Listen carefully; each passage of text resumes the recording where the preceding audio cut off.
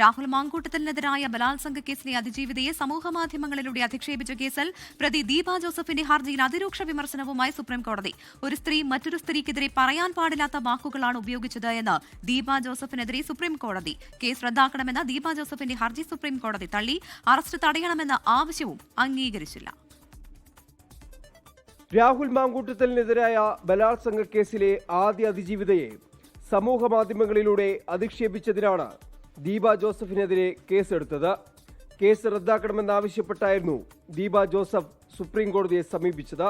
Supreme കോടതിയിൽ നിന്ന് ആശ്വാസം പ്രതീക്ഷിച്ചെത്തിയ ദീപ ജോസഫിന് നേരിടേണ്ടി വന്നത് കടുത്ത വിമർശനം.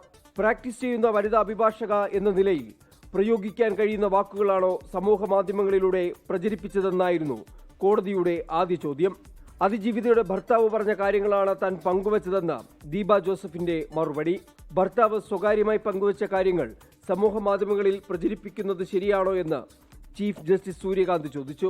ഒരു അഭിഭാഷക എന്ന രീതിയിൽ ഒരു വ്യക്തി, ഒരു ക്ലയന്റ് തനിക്ക് നൽകുന്ന വിവരങ്ങൾ അത് ഫേസ്ബുക്കിലൂടെ അല്ലെങ്കിൽ സമൂഹ മാധ്യമങ്ങളിലൂടെ ഉപയോഗിച്ച് ഇത്തരത്തിലുള്ള അപകീർത്തികരമായ പ്രസ്താവനകൾ നടത്തുകയല്ല വേണ്ടത്. അത് കേസിന്റെ ആവശ്യങ്ങൾക്ക് ഉപയോഗിക്കാം എന്നുള്ളതിനപ്പുറത്ത് അവർ വ്യക്തിപരമായി ഇത് അതിജീവിതയെ അധിക്ഷേപിക്കുന്നതിന് വേണ്ടിയിട്ടുള്ള പോസ്റ്റായി ഉപയോഗിക്കുകയാണ് ചെയ്തത്.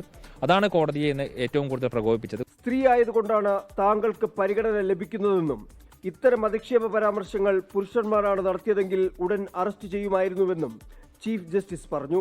കേസിൽ ഇടപെടാനാകില്ലെന്നും ബന്ധപ്പെട്ട ഹൈക്കോടതിയെ സമീപിക്കാനും നിർദ്ദേശിച്ച സുപ്രീംകോടതി ദീപ ജോസഫിന്റെ ഹർജി തള്ളി. അറസ്റ്റ് തടയണമെന്ന ദീപ ജോസഫിന്റെ ആവശ്യവും സുപ്രീംകോടതി അംഗീകരിച്ചില്ല. കോടതിയിൽ നിന്ന് തിരിച്ചടി നേരിട്ടിട്ടും ദീപ ജോസഫ് വീണ്ടും അതിജീവിതയെ അധിക്ഷേപിക്കുന്ന പോസ്റ്റ് സമൂഹ മാധ്യമത്തിൽ പങ്കുവച്ചു. കേസിന് ശേഷവും ഇപ്പോൾ ഈ കേസ് വീണ്ടും സുപ്രീംകോടതി തള്ളിയതിനു ശേഷവും തുടർച്ചയായി അവർ ഇട്ടുകൊണ്ടിരിക്കുന്ന പോസ്റ്റുകളിലൂടെ അവരുടെ ഒരു കണ്ടക്റ്റാണ് ഇപ്പോൾ വ്യക്തമാകുന്നത്.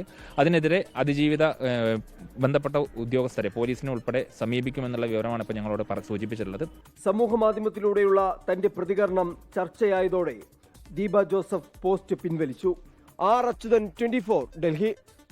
ലോകത്തെവിടെയായാലും ഏത് സമയത്തും 24 വാർത്തകളും ഓഗ്മെന്റഡ് റിയാലിറ്റി പാക്കേജുകളും എക്സ്പ്ലെയിനറുകളും വിശദമായി കാണാൻ ഞങ്ങളുടെ യൂട്യൂബ് ചാനൽ നിങ്ങൾക്ക് സബ്സ്ക്രൈബ് ചെയ്യാം.